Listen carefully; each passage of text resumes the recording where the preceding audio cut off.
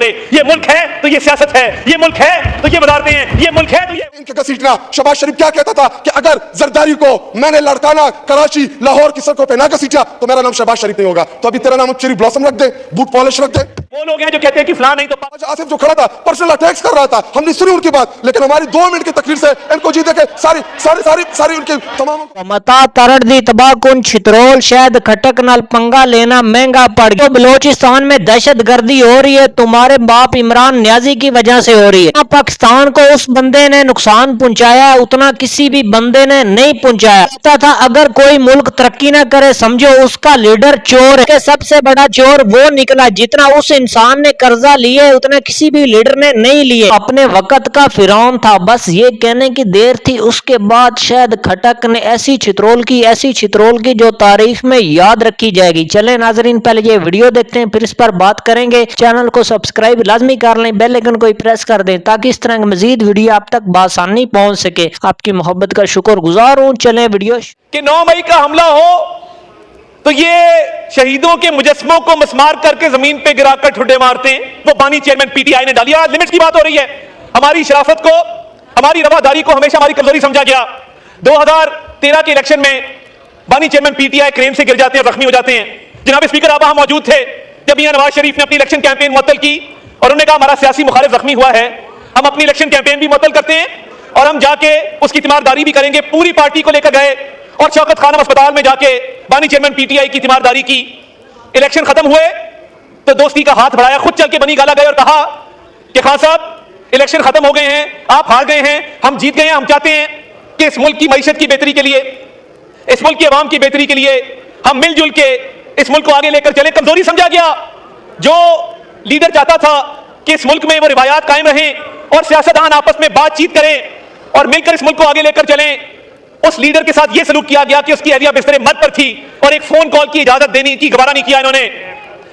जनाब स्पीकर ये आज खवातीन की बात करते हैं और कहते हैं कि जी खवातीन के साथ बहुत बुरा सलूक किया जा रहा है। तो मुझे बताएं कि लोगों की बहनों बेटियों को अदालतों में घसीटने की रिवायत इस मुल्क में किसने डाली थी?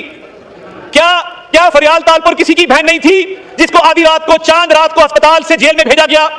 क्या मरियम नवाज शरीफ किसी की बेटी नहीं थी जिसको बाप के सामने झूठे केस में दूसरी बारी गिरफ्तार किया गया? क्या शहबाज शरीफ की बेटियां जिनके घरों के घेराव किए गए, जिनको मुकदमात में मुलविस किया गया, अलीम खान साहब की फैमिली पर पर्चे दिए गए, जहांगीर तरीन की फैमिली पर पर्चे दिए गए, क्या वो किसी की बहनें बेटियां नहीं थी? क्या जब राना सनाउल्लाह के ऊपर हेरोइन डाली जा रही थी क्या कोई बताने वाला नहीं था कि इसका भी खानदान है, इसकी भी एक बीवी है, इसकी भी एक बेटी है? तब कह रहा था कि मैं मूंछों से पकड़ के जेल में डाल दूंगा। जनाब स्पीकर मैं इस बात का चशमदीद गवाह हूं कि मियां नवाज शरीफ, मियां शहबाज शरीफ की वालदा इंतकाल कर गई और एहतसाब अदालत के जज को ऑर्डर थे उन लोगों के जो मुल्क से भाग चुके हुए हैं। वो एक मिर्जा होता था, मैंने कहते थे ये भाग जाएंगे, आप लोग रह जाएंगे। ये इस तरह की सियासी दुश्मनी मत डालें। वालदा की मैयत पड़ी और जज साहब कहते मैं जिरा करके रहूंगा क्योंकि ऊपर से ऑर्डर थे। आज जो ये यहां पे चीख के कहा जा रहा है कि खवातीन को सियासत के अंदर सियासी इंतकाम का निशाना बनाया जा रहा है, मुझे बता दें ये मैंने 3 मिसालें आपको दी, इसके साथ की एक मिसाल भी आपके पास हो तो मैं तकरीर खत्म करके चला जाता हूं। इन्होंने तमाम हदें पार की, तमाम लिमिट्स पार की और कौन सा रूल ऑफ लॉ और कौन सा कॉन्स्टिट्यूशन, इसी कुर्सी पे बैठ के असेंबलियों को तहलील किया, आइन को भी पामाल किया, कानून को भी पामाल किया और इस मुल्क में ये रिवायत डाली कि लोगों की बहनों बेटियों पर पर्चे हों, उनको अदालतों में लेकर जाया जाए। आज जो ये आपने मजलूमियत की दास्तान सुनी तो मुझे ये बताया जाए जो केपीके में उन्होंने अपने लोगों को खुद अगवा करके बंद किया हुआ है और यहां पे मजलूमियत का प्रचार हो रहा है, तो क्या वो लोगों को आपने खुद बंद नहीं किया हुआ? आज जो ये बेंचेस खाली हैं क्या पुलिस ने, रेंजर्स ने खाली कराए हैं, हमने खाली कराए हैं? इन्होंने ना सिर्फ अपने लोगों को बंद किया हुआ है बल्कि कल एक धमकी हमें पैगाम दिया कि अगर हमारे लीडर से किसी ने गद्दारी की तो हम जलाओ घेराव करेंगे, हम उसका जीना धोबर कर देंगे।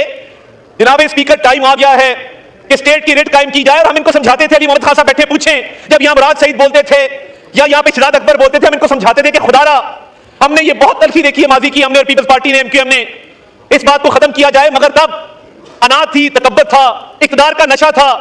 तो आज ये जो झूठा बयानिया बनाया जा रहा है कि जी मेंबर्स के साथ ये हो गया, मेंबर्स के साथ वो हो गया, आज आप भी बैठे हैं, आप इनको रिस्पॉन्ड भी करते हैं, इनके ग्रीवेंसेस को रिड्रेस भी करते हैं, मगर इन्होंने हमेशा हमारी शराफत को हमारी कमजोरी समझा। इन्होंने उस दौर में, वो स्याह तरीन दौर था 2018 से 2022 का, आज जो एसईओ हुई है, मैं वापस मौजू की तरफ आऊंगा। थोड़ा चाहता था कि इनको आईना भी दिखाया जाए कि इनका अपना तर्ज अमल क्या था और ये बहनों बेटियों की इज्जत के साथ क्या करते थे और और इंतकामी सियासत के अंदर जो इन्होंने आखिरी हद तक गए हैं, उसकी मिसाल आपको पाकिस्तान की तारीख में नहीं मिलेगी। मैं ये अल्लाह के नामों के नीचे खड़ा होकर कहता हूं कि कोई सियासी लीडर, कोई सियासी जमात पाकिस्तान से बड़ी नहीं है। और जिस दिन ये कोई समझ ले कि कोई सियासी लीडर पाकिस्तान से बड़ा है, तो फिर उसको कोई हक नहीं है कि उस मुल्क में सियासत करे। ये मुल्क है तो ये सियासत है, ये मुल्क है तो ये वजारतें हैं, ये मुल्क है तो ये ईमान है। हमारा दूसरी तरफ बहुत ताल्लुक है, रिश्तेदारी है। और जब इन्हें कहा जाए कि ऐसी आ रही है खुदारा पाकिस्तान के तशख्खुस की बात है, पाकिस्तान की इज्जत की बात है, तो आपस में लड़ पड़ते हैं। आधी जमात खड़ी हो जाती है कि इस्लामाबाद पे लश्कर कशी करनी है, हम ये एससीओ नहीं होने देंगे। इनकी भरपूर कोशिशों के बावजूद उस रब के करम से एससीओ बहुत कामयाबी से पाकिस्तान ने उसका इनेकाद किया है। जनाब स्पीकर, ये वो सियासी रवायात हैं, हम और पीपल्स पार्टी, हमारी एक तलखी की पूरी तारीख है, हमारी सियासी मुखालफत की तारीख है। मगर मुझे फख्र है कि उस मुखालफत के अंदर सियासी दुश्मनी नहीं थी, उस मुखालफत में भी रवादारी थी, सियासी रिवायात का ख्याल रखा जाता था। मोहतरमा की शहादत हुई, सबसे पहले मियां नवाज शरीफ साहब अस्पताल पहुंचे, वहां मौजूद रहे कि एक दूसरे की खुशी गमी में शरीक होना हम अपना फर्ज समझते हैं, हम लाजिम समझते हैं। मगर एक लीडर आया, उसने क्या कहा कि इनकी तकरीबात में कोई ना जाए, इनसे हाथ कोई ना मिलाए, इनकी खुशी गमी में शरीक ना हो।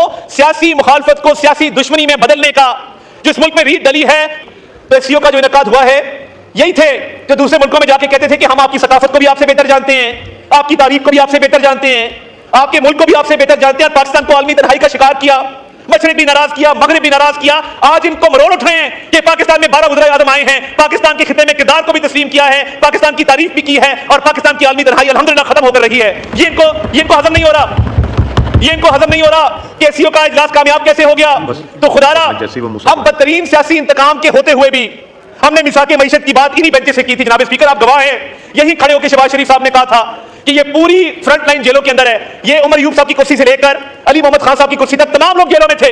ये पूरी फ्रंट लाइन यहां से गायब थी, फिर भी वो खड़े हुए, उन्होंने कहा कि हम मिसाके मईशत करते हैं इस मुल्क की खातिर, इस कौम की खातिर, इस कौम के मुस्तकबिल की खातिर।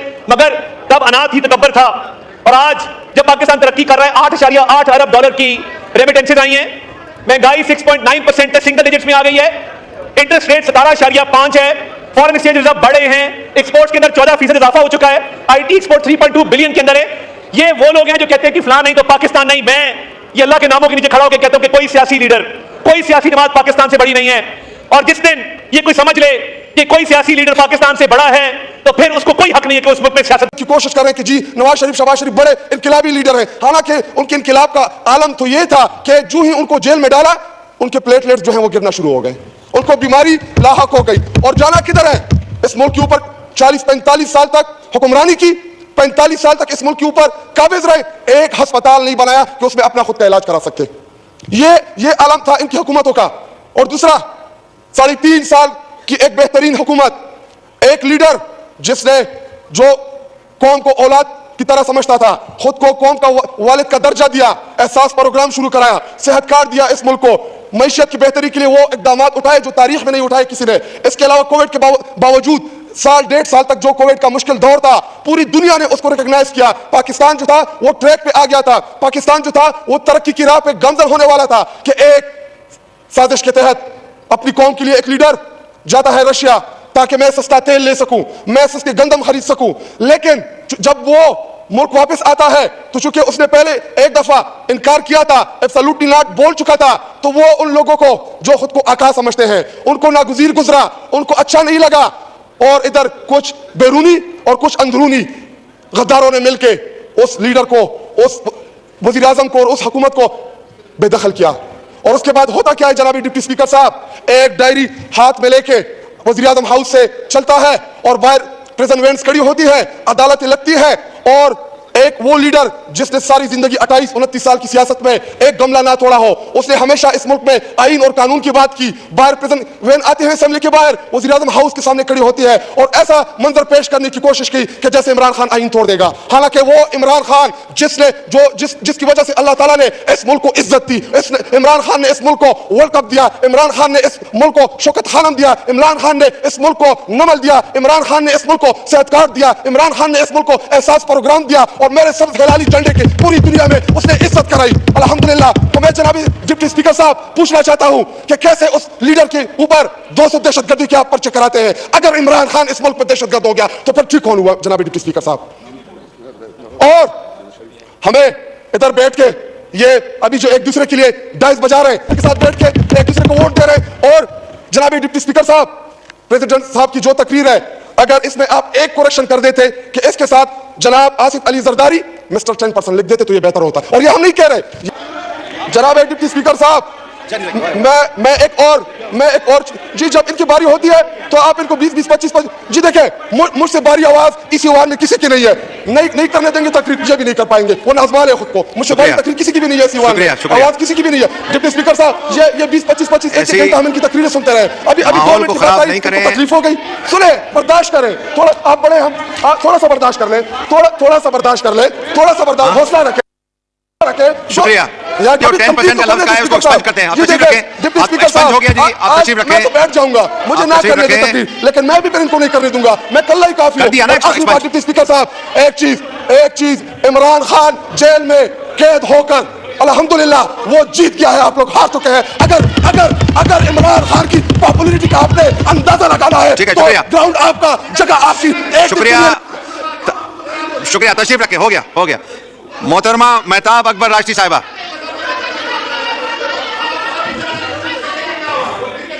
माहौल खराब नहीं करें,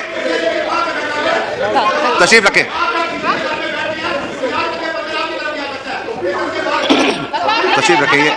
ऐसी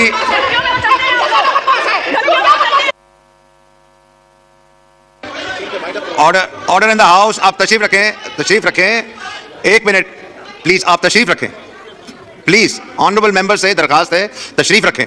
खटक साहब प्लीज 1 मिनट में वाइंड अप कीजिए। गलत चीज है ये गलत चीज है, माहौल को खराब नहीं करना चाहिए,